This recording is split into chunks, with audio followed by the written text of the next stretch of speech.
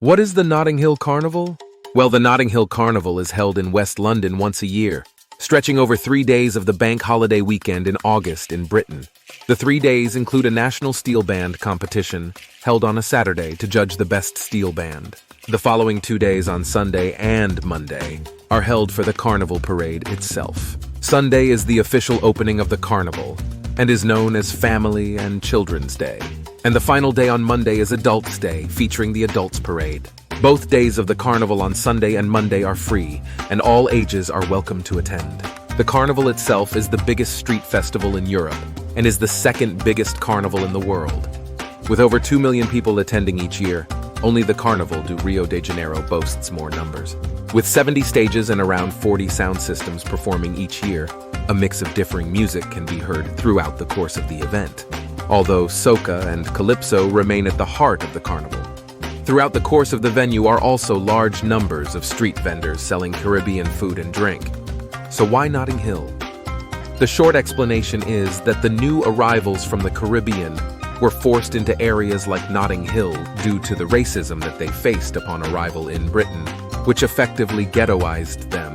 Post-World War II, Britain was forced to rebuild after the damage inflicted upon the country during the bombing blitz. The scale of the work was huge, and it was soon apparent that this would take an enormous amount of money and a bigger labor force to complete the work.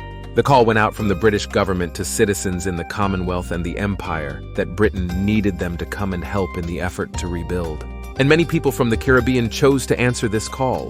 In 1948, the first ship from the Caribbean arrived in Britain. It was called the HMT Windrush. Unfortunately, when the people disembarked, they would be disappointed at the welcome they received. Large numbers of the British public and politicians greeted the new arrivals with hostility and open abuse. A common sight for many of those arriving in cities across Britain were signs in windows of hotels, lodging houses, and estate agents stating "no colored" or "no blacks." As a result of this, many Caribbean arrivals found it difficult to find accommodation. The answer for many was to pool their money together, to buy their own properties.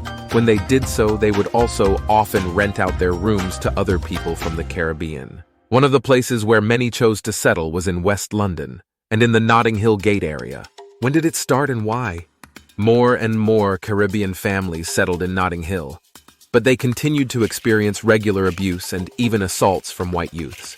This occurred throughout the 1950s. These racist attacks would happen on a regular basis, and the black communities who were the victims of these attacks came to believe that the police had no interest in making any interventions in these attacks. In 1958, this would come to a head with the Notting Hill riots. The senior police officers at the time stated that the riots were the result of ruffians, both black and white. But later official papers would reveal that the vast majority of the trouble resulted from a mob of 300 to 400 white youths who went to Notting Hill intent on attacking the black community.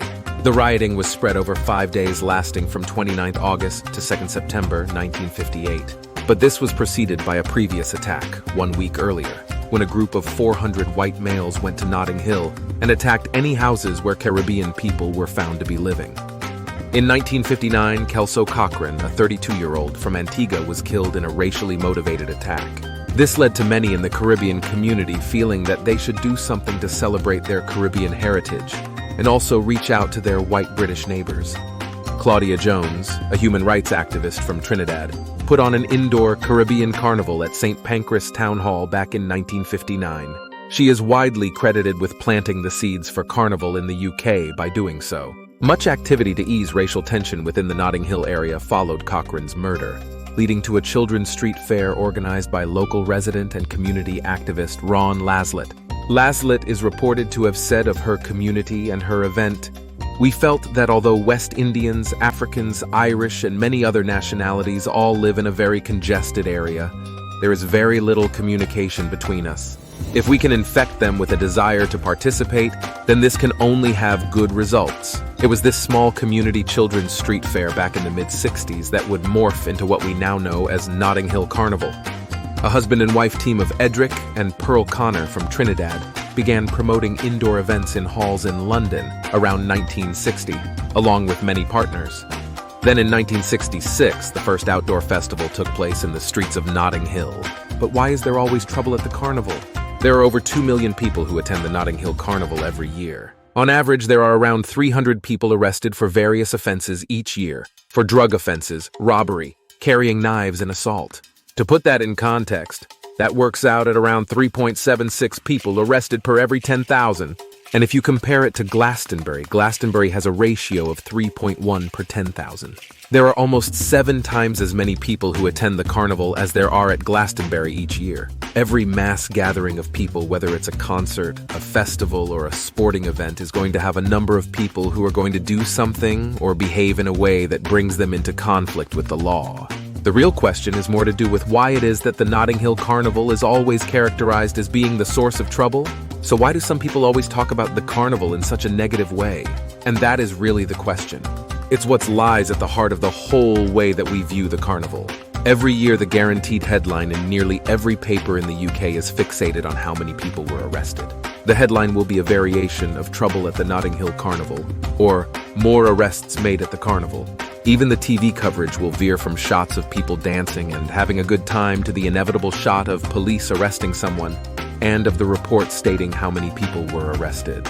The arrests are the story, rather than the carnival itself. Now, people will say that the newspapers are just reporting the facts, but as I've just stated previously, there are arrests and criminal activity at every major event that is attended by the police. Glastonbury has arrest rates that are close to that of the carnival, and yet you don't hear it being framed as a crime story. The 2020 European Championships that were held in England in 2021 had mass arrests for drugs and other offenses, with the final itself having 86 arrests from an attendance of 67,000.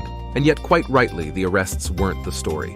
There are music festivals that take place all over the UK and the world where drug use, drug dealing, assaults, sexual assaults are commonplace, and yet they're not defined or characterized by these acts.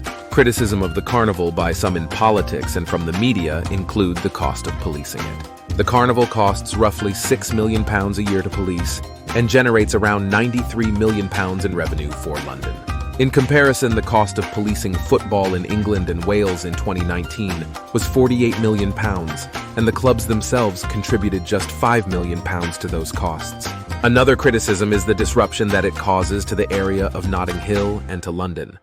Many who live in Notting Hill who may not like the carnival will rent out their properties for the carnival weekend for great profit over the 3-day weekend event. Whilst for others who live in the area, the location provides easy access to attend the festivities.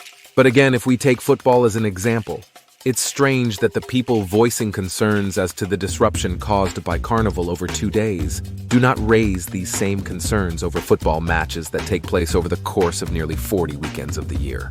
When you look at it, it's not the carnival that the critics don't like, it's what the carnival stands for, which is the real issue.